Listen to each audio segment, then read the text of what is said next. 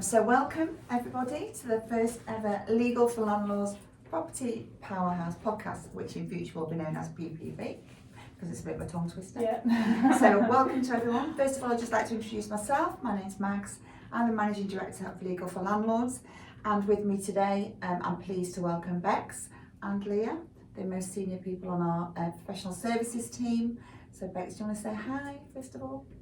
Hi, so I'm Bex and I head up our professional services team. I've been with Legal for Landlords for many years, particularly in this role for about 4.5 years now.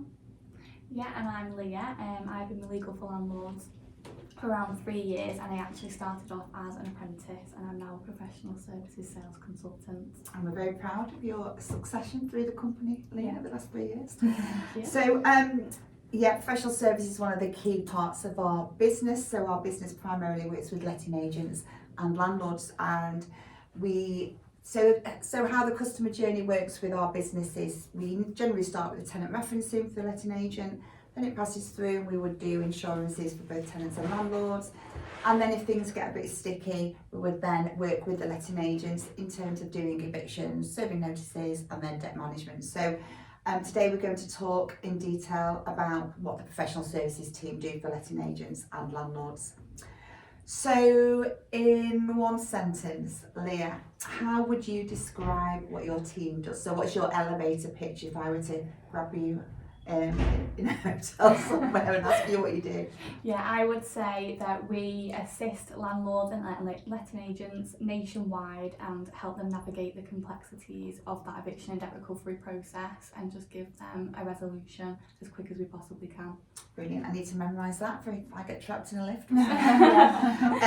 So that's a great one. Thanks, Leah. So Bex, in a bit more detail then, what does your team do? Yeah, so as Leah said, we deal with landlords and letting agents across the country, all types of landlords, whether that's accidental landlords, big portfolio landlords or landlords who've inherited properties, and we assist with anything eviction, debt recovery and compliance.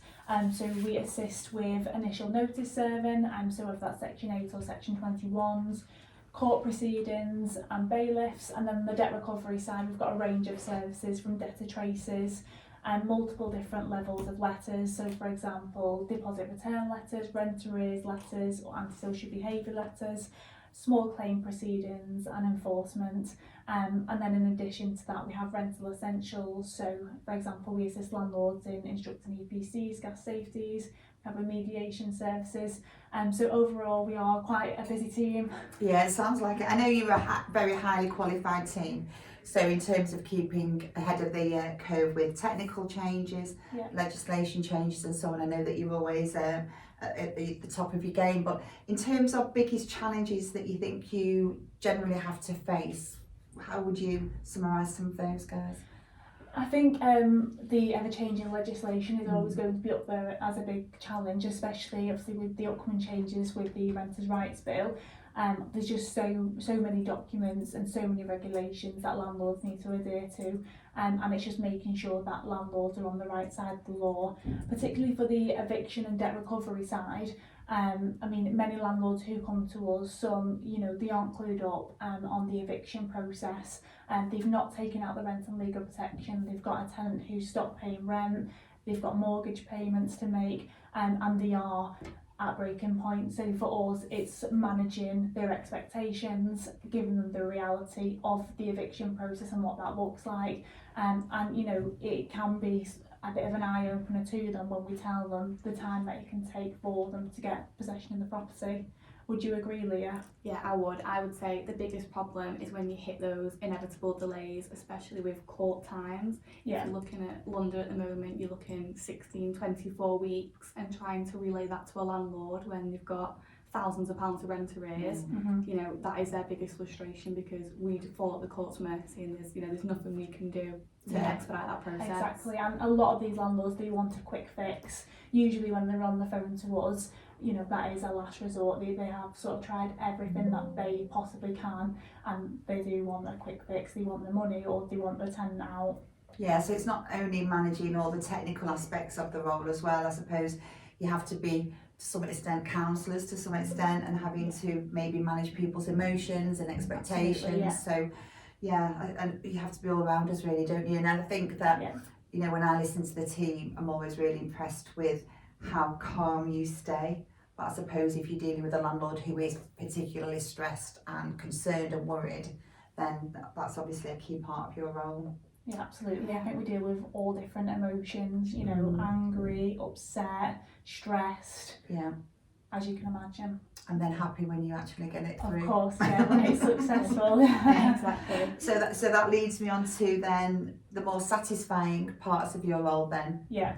Yeah, I would definitely say it's being that expert, that guide throughout the entire process is probably one of my highlights, to be honest. Knowing that they've entrusted you and you've gone through that entire process is probably one of the most satisfying things. Yeah, absolutely. For me, those landlords who have, you know, they've struggled for a while, they've tried to go through the process themselves, or they've used a different company that, you know, I've unfortunately failed on, and they've not managed to get possession, they come to us, and then we see that case go through the steps, and with their successful outcome, they've got possession or they've recovered the debt.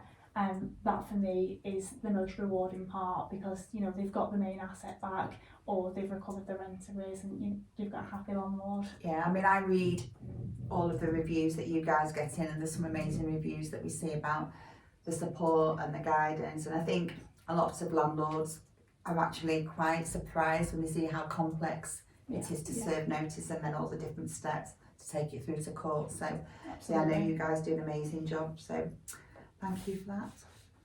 Okay, so thanks Bex and thanks Leah. So we've talked about some of the most challenging and satisfying elements of the role, and plenty of both, I'm sure. So I'm sure that people listening would love to hear about some of the most dramatic cases that you've ever had to deal with them. I'm sure there've been plenty of them over the years. So Bex, do you want to start with one of your most dramatic cases? Yeah, so one of the most dramatic for me would be, so we had a landlord who approached us for a Section 8 notice.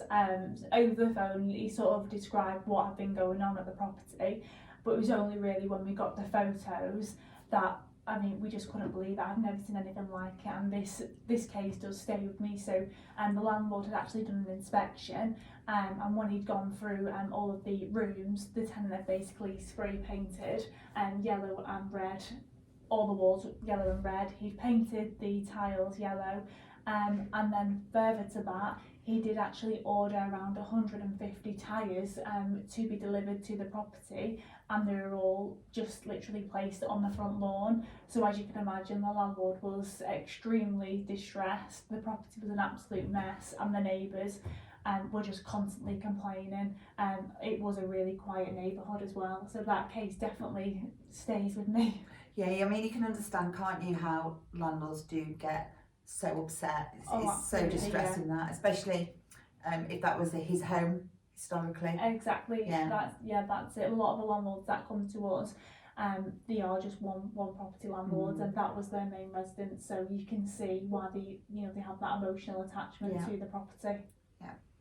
Leah? I would probably say mine, which will always stick with me, is the landlord came to us for a case where the tenant had luxury cars, you know, parked outside the house. There was packages left outside for luxury brands.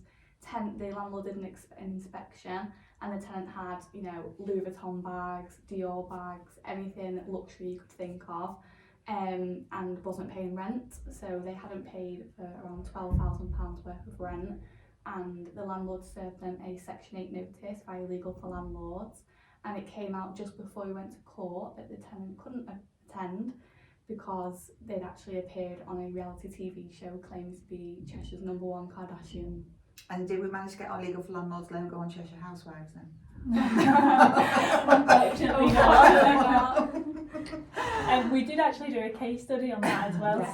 So on our socials, you'll definitely find the full case study, because that really was a big case, wasn't it? Yeah, that was everywhere, all over the news. I think he had a high-end Range Rover. Was he driving around Cheshire? Yeah, he was.